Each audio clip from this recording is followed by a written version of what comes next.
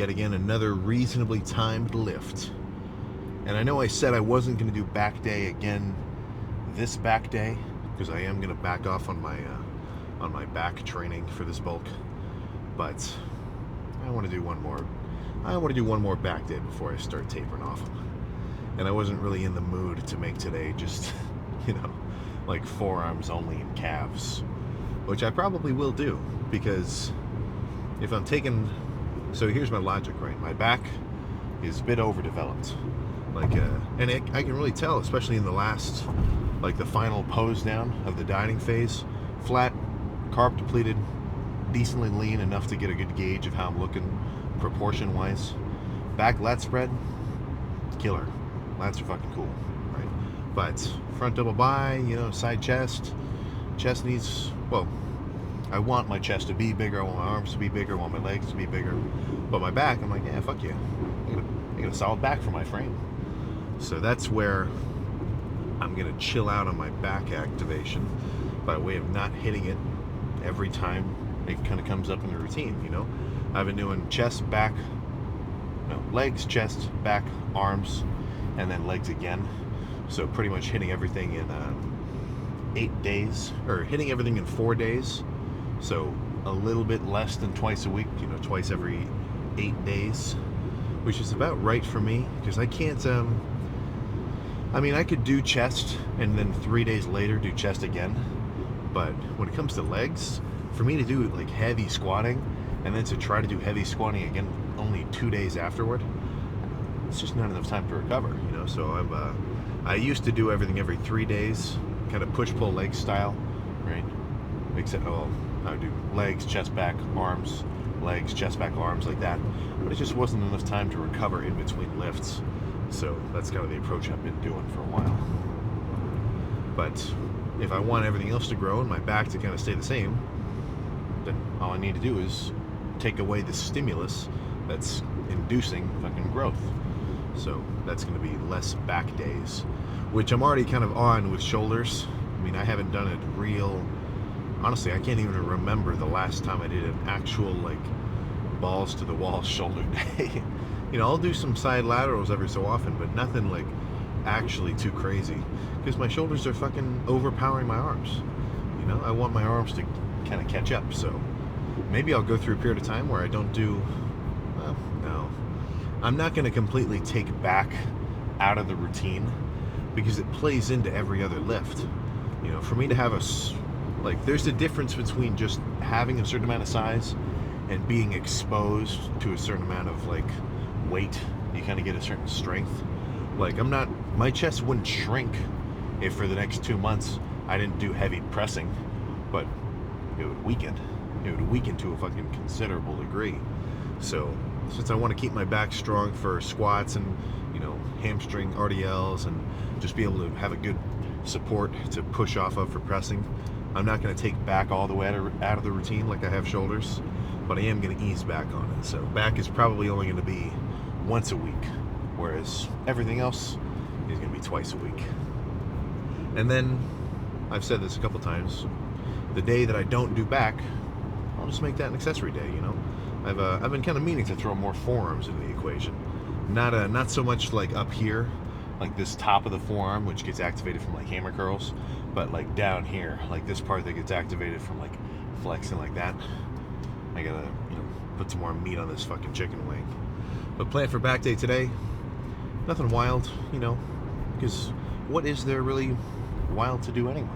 When it comes to something like chest, for me, I like a reasonably rigid approach that just works pretty well for me, right? Warm up, load up a certain amount of weight gradually, if I'm doing incline barbell, bench a plate for a couple reps, then do 2 plates, then do 3 plates, and then whenever I'm ready for my actual working sets, start with that heavy pressing. But with back, I kind of start with whatever, a lot of the times I've actually been starting with lighter squeezing stuff, kind of as a sort of to act as just working sets as well as warming me up, because for me to start a chest day and immediately start really heavy pressing, that feels good. For whatever reason, that feels pretty natural for me. But with back, I kind of liked, or at least I have for the past couple lifts, been liking doing lighter squeezing stuff, even just like single arm pullovers as the first 2 sets, kind of as just a primer for the rest of the workout. Because sure, it's 2 sets of just light lat squeezing movements. Now it's still like, approaching failure at 20 reps or so, but nothing catastrophic to the lats. Nothing like a really crazy heavy pull down. But just in doing so, the heavier stuff that I end up doing later just feels better. If you're curious why I haven't been doing any bent over barbell rows, for one thing, I take them out of the. I usually take those out of back training when I'm dieting down anyway, just because they are a pretty taxing fucking movement. Not only am because with a chest supported row, the only thing that's really getting worked is my back. I don't have to stabilize. I don't have to keep myself from falling forward or anything. It's just all back, right? But with bent over barbell rows, my glutes are firing and my hamstrings, my quad.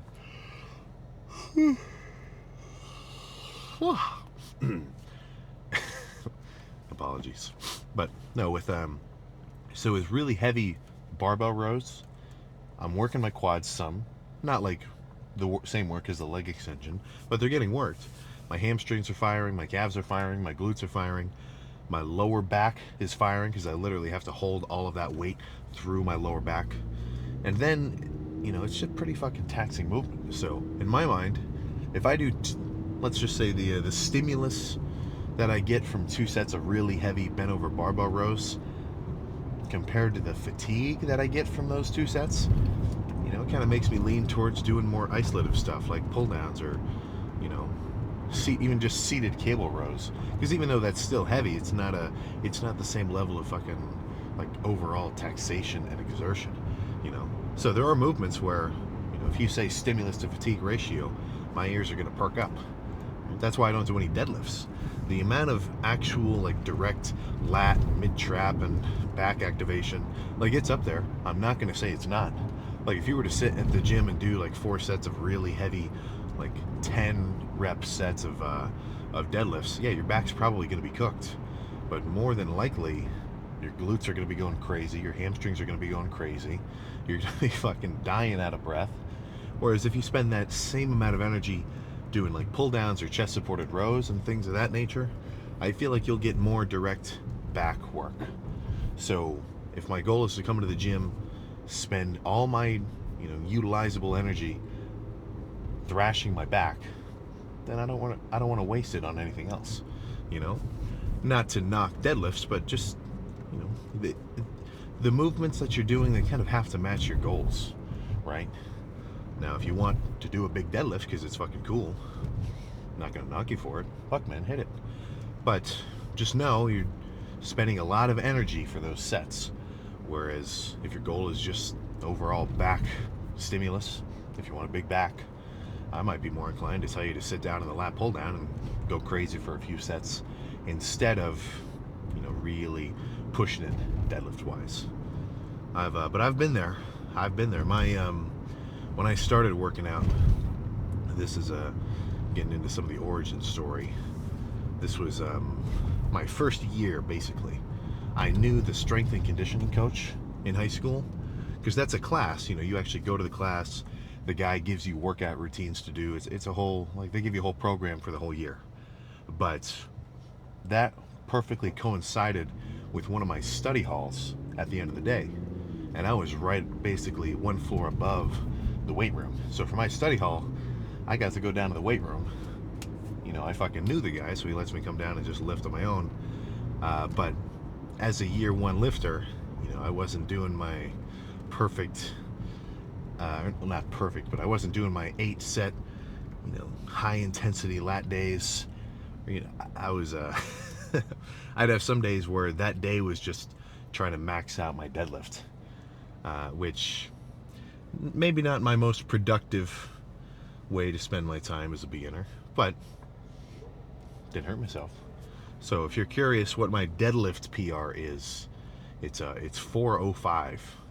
405 is the heaviest I've ever deadlifted. I tried 455. I had straps too. I had somebody give me straps, but I got it up to my shins. Couldn't get it again. Dropped it. Never deadlifted again. I just stopped at that point. So ever since then, yeah, deadlifts have been off the menu, which in a back only stimulating context is perfectly fucking fine with me. So let's just get started. Pump back up. Honestly, shouldn't even take too many sets, you know? Like, well, I'll kind of know once I'm in there. So let's just get started with whatever the first movement ends up being.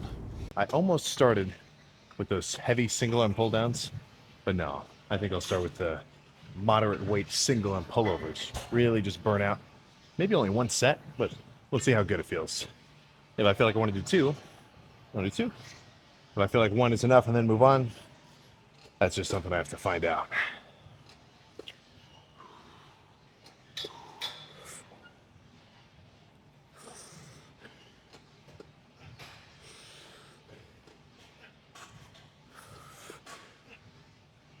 Ah.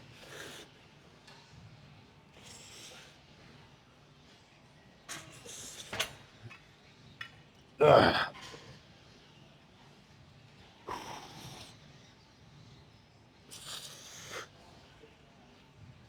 Ah.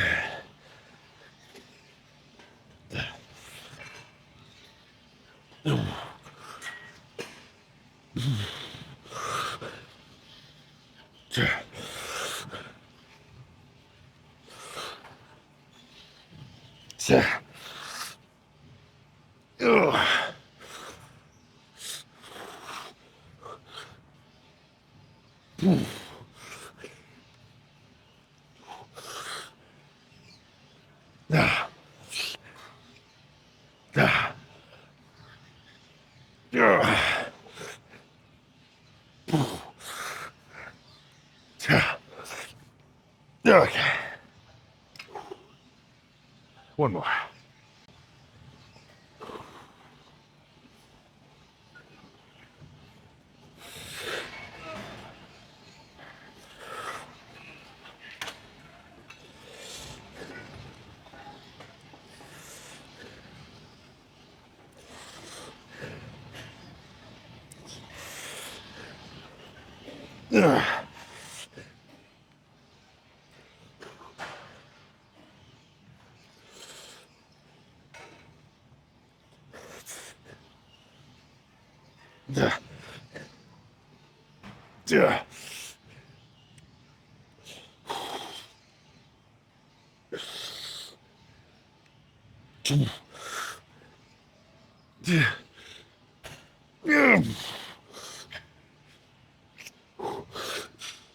Okay.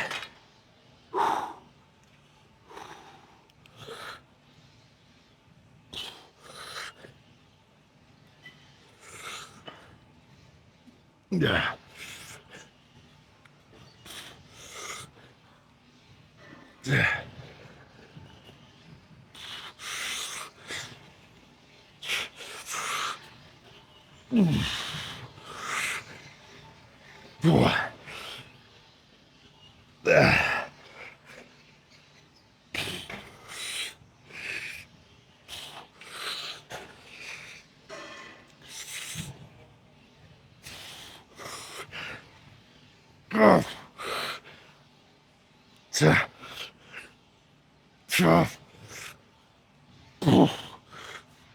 Okay.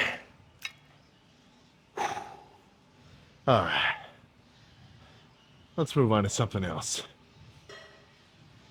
Probably rowing related, I think. Slightly wider than shoulder width grip straight bar rows. Perfect. And not too heavy either. This is only a 200-pound stack.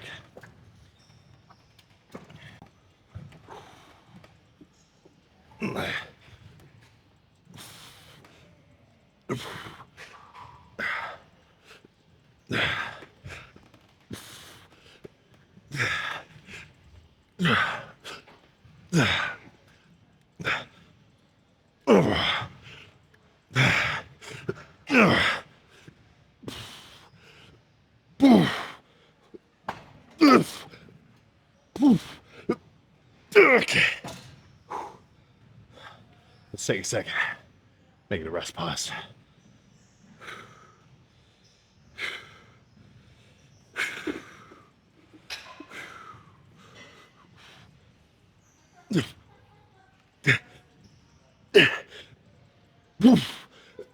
Okay. One more, except this time, slightly wider grip.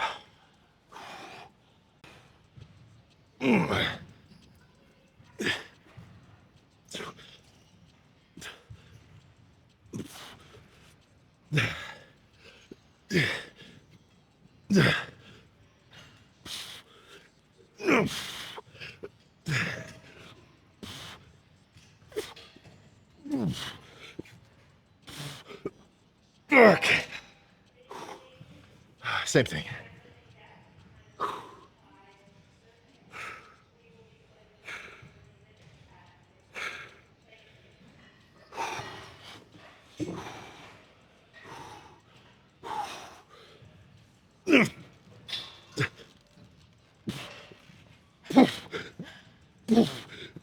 Okay.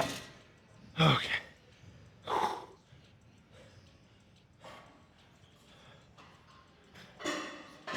Let's do some pull downs next. I'm not sure if I want to do them here on the pull down machine. Let me think about it. A relatively light stack. So this is gonna be a squeezing controlled burnout style set. Goodness.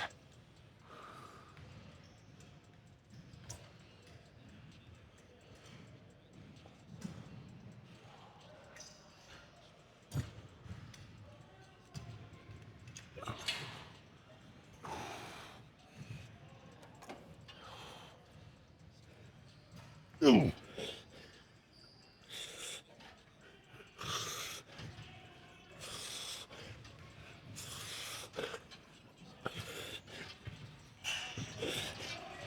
Yeah.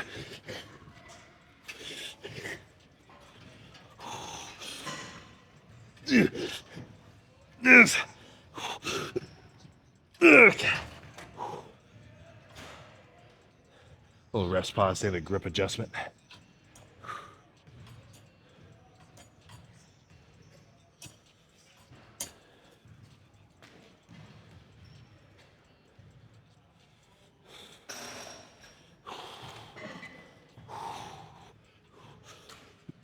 Yes.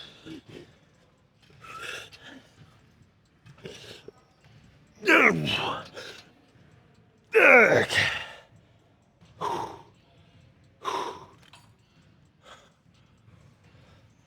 I think that's fucking it. Let's just call it there. Go pose down. God damn it. So only 5 fucking sets. You know, nothing crazy here. Now I will admit that's probably a little less volume than typical. You know, back for me, like I said, being kind of a strong point. If I'm pumped, I think that's probably enough. You know, because look, I've heard kind of some speculation that this isn't the case. But as far as I'm concerned, if I'm spending less energy and doing less damage to my back, to one big muscle group, would that not imply that I'm going to have more energy to recover in all my weaker muscle groups? You know, like if you only did chest for a whole year, your chest is probably going to fucking grow more than if you worked out your whole body for the whole year. You know, you've only got so many resources to work with. You know, it's like if you cut the flow of water off from one side, the other side's going to flow faster. That's my logic, at least. But let's see how the lat spread looks just through the shirt.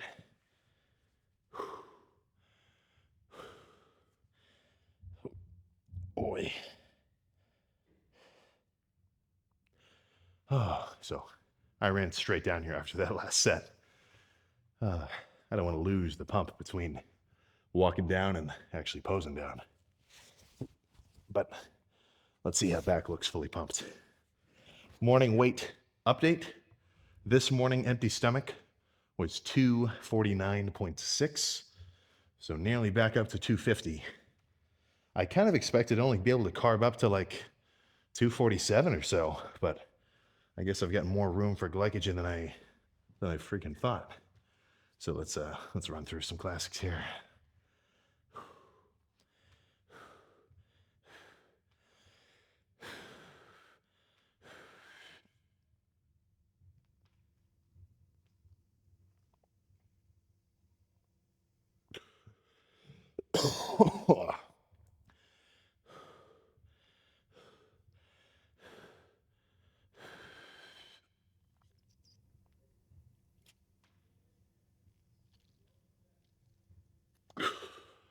Oh man.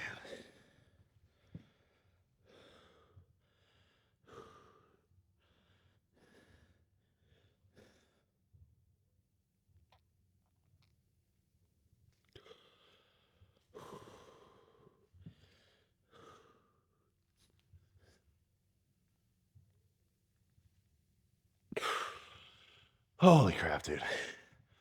It's honestly fucking hard to even get into a really good arm pose, like double by with a fucking back pump, because I feel like my back is so fucking tense and full of blood. It's hard to even reach back there. But more than enough stimulation. So I don't think there's anything else to say.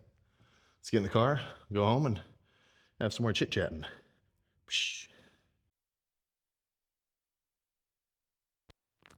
There we go.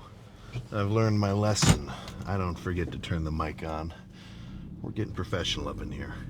But no, what I was going to say was, that is a nasty ass fucking rear lat spread. Oh my goodness. You know, there's something which that's kind of a weird way to go back. But so my lats, my lower deep lats, like where it's closer to the middle of my back, not necessarily where it kind of sweeps out on the sides, that is extra developed. You know, so that's why in that one lat spread, there's almost like a separation between like the lats you can kind of see spreading out and like my lower back, if you can kind of imagine what I'm talking about there. So, but what I was gonna say was too, as much as having an awesome fucking back pump is cool, and it totally is, it's not necessarily conducive to really good back posing. You know, like when my back is fully pumped, I actually can't even really spread it as wide as normal, because, you know, with something like chest, when I have a chest pump, every chest pose is extra cool because my chest is just physically bigger, right? It's just fucking beefier, like, you know, it's inflated. But with back, when it's fully pumped, my whole back gets a bit tenser, which happens to all muscles. You know, if you've ever had a serious quad pump and then you try to squat down, your quads are literally going to fight you because they're so like tense now that to even bend them and stretch them, it's a bit more difficult. So when my back is fully pumped up, cool as it may be, it's trickier for me to really open up in a back lat spread. So that's where, you know, if you're up on a bodybuilding stage, maybe you're not gonna fully pump up your back in your, you know, few minutes prior to stepping on stage. That's where you're gonna kind of focus on keeping it nice and loose, so when you do a lat spread, you can actually really open it up all the way, if you catch my drift there. But don't, let's be real, don't take that as me complaining about a fucking badass back pump, right? That's an observation. You know, that is not a gripe. No chance. But yeah, so back is gonna be able to take some time off. So back days may kind of be slightly converted into some of my active rest days. Like, I'm still gonna do some back, of course, but, you know, I might just do only, I mean, fuck, I might just make my back days like 2 sets or something, just to get some stimulation, but nothing too crazy, you know. But I definitely do want to get some more direct forearm work consistently in the routine. Because there's something to be said about having some beefy ass fucking forearms. And I can already feel it now. I mean, even just from, because you gotta remember, I just gained 10 pounds of intramuscular fucking water. Now that's glycogen, so water and carbs. That's kind of what makes up your fucking fullness in your muscles per se. But that is a fucking lot of fluids. And even just having the initial kind of refeed, I guess that's the only word for it, kind of refeed, rehydration in a sense. I can feel that my fucking forearms are already bigger just looking at them. But I kind of want this bottom part to be, I mean, I could never say Lee Priest-esque, you know, the goddamn king of forearms, but I do want mine to be a bit bigger. It just makes you look cool too, you know? So I think some direct forearm work is gonna come into play. So when it comes to rest days and just your training intensity in general, these are the only comments that turn my stomach around. These are the only comments that kind of irk me a bit. And it's the comments that say, well, you're not going to be able to recover if you train that hard. Dude, the natural guy cannot recover if you really train to failure for a whole workout. You're not going to be able to recover from that. What are you fucking talking about, dude? You know, that's like, you're just setting yourself up for fucking failure before you've even gone to the gym, you know? Because I think 99% of the times that I see that comment perpetuated, where it's like, you can't train this hard. You're not going to be able to recover from this. It's not coming from people who have actually trained like as hard as they fucking could and then couldn't recover.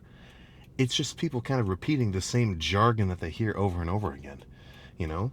If you actually take a week and you seriously lock in and every lift that you do, you push it to your absolute fucking max of intensity, and I'm not talking about weights, you know, I could go in tomorrow for my arm day and only do like single arm push downs, light squeezing, and like 40-pound dumbbell curls, and I could make those sets fucking crazy intense. You know, it's not about the weight, it's just about the intensity of the sets. But if you took a week and you seriously trained as hard as you could, and then you said, dude, I'm not gonna be able to fucking recover from this, then that's a different story, you know? The whole point of lifting, because I think it's a little bit unfortunate, but there is kind of a grace period before you're actually used to the stimulus of working out. You know, I was a bit of so when I was lifting in the beginning and I was doing my 25 set workouts, way too much volume, I would bring my brother in a few times and I'd have him do the same workouts I was doing. And I was doing way too much fucking volume, but I was kind of used to it, so I could still, you know, do that day in, day out. But he had never really worked out like that before, and I had him do like a full, massive, like 25 set chest day. In hindsight, I don't know what I was thinking, but whatever. It killed him, you know, because I mean, for anybody to have gone from zero training, no weight training, to a hard day of, like a hard chest day or a hard back day, or definitely an actually hard leg day if you push yourself, that's going to be a massive fucking stress in your body, which you're not used to. Now, I say stress, but, you know, not like sickness, but you've done some damage and your body now has to kick it into overdrive and start to recover. But yeah, if you're a beginner, you know, you don't have to fucking make sure every set is nose bleeding, straight maximum exertion. But once you've been lifting for a few months, you're used to it now. You know, you no longer feel like crippled, sore. Because yeah, if you've never lifted before and you have a really good hard chest day as a real beginner, yeah, that's gonna fucking hit you like a fucking bus. If you do push, pull, legs, like if you're a total newbie and you have one of your buddies who works out, takes you through 3 days of push, pull, legs, yeah, that's probably gonna take a while to fucking recover from. But once you've recovered from it and you're ready to do it again, your recovery period probably just got cut in fucking half, you know, because your body is going to adapt to this new stimulus. It always does. That's the reason why, you know, what we call kind of newbie gains are so sort of, let's just say prevalent as a beginner, is the fact that you're not used to this stimulus at all. It's completely new to you. So it's going to be the most fucking stimulating. So yeah, as a beginner, of course, I still think lift hard, rest until you're recovered, and then come back and do it again. But the idea that you should limit your intensity of the workout before you've even seen what you can actually handle seems so fucking silly to me, man. I mean, it's you're trying to fucking, you're cutting off your potential before you even start, you know? In no way have I ever, even as a fucking beginner natural guy, in no way have I ever thought to myself, oh, I should probably go easy because I'm not going to be able to recover from this well. Dude, that is a fucking, that is a lame mentality. That is a lame mentality, right? In my mind, what I would recommend is, if you're going to do whatever, you know, routine, push, pull, legs, Arnold split style, whatever, you've got your week-long split, hit every muscle group twice a week. That's pretty much the basic guideline that I would say is a good approach. And you can do it in all sorts of different ways. If you wanted to do hamstrings and triceps, quads and biceps, whatever. As long as you're hitting everything twice a week, I think that's totally fucking fine. But I think it's a flawed mentality to limit your intensity because you don't know what you can recover from. And just saying like, well, I don't think I'm not going to be able to recover without even trying. Oh, come on, right? So you have to remember the actual workout, you in the gym doing these working sets for your hour, 30 minutes, whatever. I mean, today's back day for me was only 30 minutes just because it was not that much volume. But for that period of time that you're in the gym, that's the only fucking variable that's going to stimulate your body to say, dude, I got to start fucking depositing some new protein onto my lats. They just got to hit hard, man. They got to be able to come back bigger and stronger. So if you don't give yourself a stress that's adequate enough to actually stimulate a recovery response, then nothing's going to happen. You're not going to get bigger. You're not going to get stronger, you know, and then you're just going to keep lifting the same 150 pounds on the lat pull down for 10 reps, racking it before you've even come close to failure, and you know, you're not going to see any results. For the most part, I think the primary limiter of people's gains is going to be their diet, you know, not being able to eat enough food to facilitate weight gain. Right? That's a pretty big fucking factor. But as time progresses, if your diet is on point, but your training isn't the most fucking intense and stimulating, then even if you've got enough calories to fucking gain weight, you're not really going to see the best results either, you know? So it's kind of the fucking trifecta of gains. You're eating, you're sleeping, and you're training. So you want those all to be fucking in sync, man. I'm talking like I don't know what you're talking about. This is the real 3-body problem, right? Maximizing your training intensity, your sleep quality, and depending on if you're trying to bulk up or diet down, your calorie intake. Now this has its own details, of course, but that's the basic. Why do you think so many shirts of guys in the gyms from every fucking gym probably has somebody eat, sleep, train, repeat? Those are the basics, man. If you train hard and you eat hard, well, if you're training hard and you're eating hard, then you're probably just going to need to go to sleep, you know. But if those 3 things are in tune, then you're good to go, man. I say go as hard as you fucking can. And for the most part, that might not even be as hard as you can go, you know. Your body doesn't necessarily want, my body probably doesn't want me to squat 5 plates on the Smith machine until I feel like I'm going to pass out. I think it would rather just sit and chill, you know. So it's always going to be fighting against you, you know. The pain and the discomfort of pushing yourself hard in a working set, that's always going to be a factor which is going to keep you from going too hard, right? If you were to somehow connect somebody's quad with like electro, you know, neuron stimulating needles or whatever, so that you could like manually flex their quad with a computer and take it to absolute failure on like a leg extension, the dude could probably get an extra 10 reps. Like the guy's muscle is physically capable of getting 10 reps beyond failure what the guy could actually do with his own brain power, you know, because your body's like, dude, stop doing this shit.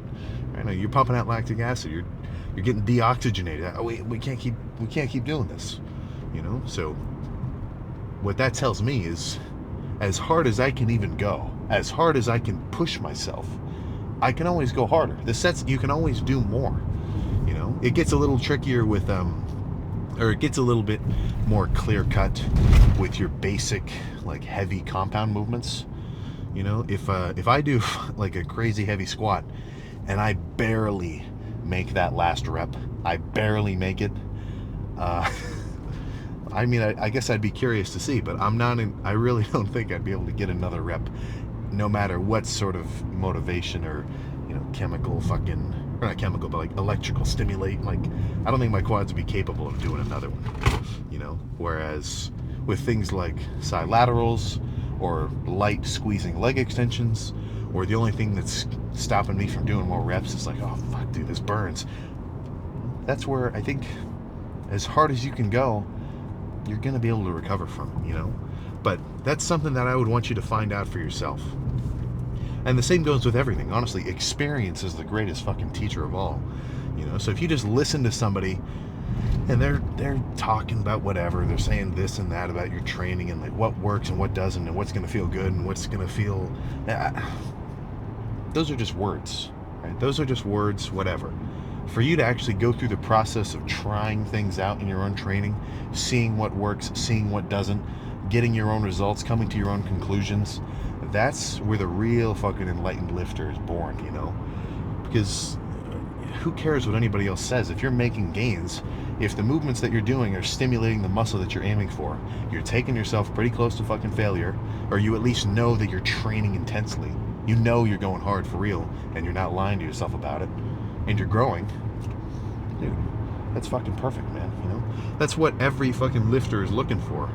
Apart from the guys who are satisfied with where they're at and they're just maintaining their build, if you're looking for progress and you're getting it, A fucking plus, man, right? Keep going. And odds are, once you've gotten into lifting for at least 2 years or so, no, that's not even, I don't even want to make it sound like there's a barrier. Once you've lifted for a while and you've got a pretty good grasp of what you're doing and you like it, it's just a fucking upward spiral from there, because you're constantly going to be thinking about it, and you're going to be listening to dudes, and you're going to come to the gym and see someone do a certain kind of movement, or you're going to see somebody do a certain superset of like machine press into dumbbell flies or whatever. And just by being in the space, both when you're in the gym and when you're fucking at home, because your phone is always showing you fitness stuff, you're just going to gradually get more and more knowledgeable about it, you know? So don't stress it if you don't feel like you have all the answers yet. Half the shit just kind of comes to you passively, you know? So don't stress too hard, right? The only thing that I think really separates guys who make serious long-term gains and the guys who don't are the ones who train the hardest and go consistently. So that's my finishing statement there.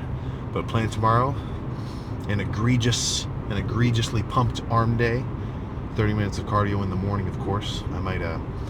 I might have to bring you along for that just to really show it to you. I feel like I'm trying to do mind control, you know? The more often that you say something, and the more often that somebody hears the same kind of phrase said over and over again, eventually it just sticks, you know? So 30 minutes cardio, very good. It's no need to get any deeper into it than that right now. But I'll see you tomorrow for arms. Nasty back day. We're one step closer to 280, goddammit. Not that so I don't have a specific number goal. Okay? This bulking phase, I just want to get as heavy as I can with a consistent rate of growth. You know, if I hit 270 and I'm eating 6,000 calories in like 4 months, and I can't break 270 for like a month and a half, then that's just as much as I'm going to be able to grow to. And I'm going to be able to say, I did as much as I could, I got my diet reasonably on point, let's diet down and repeat. Or let's diet down and get into prep for show number 1. Ooh. Nothing solidified there yet. That's TBD. That's TBD, but that is the plan. So keep your ears open. I'll update you as soon as there's anything to update you with. But I think that's all I got. So I will see you tomorrow.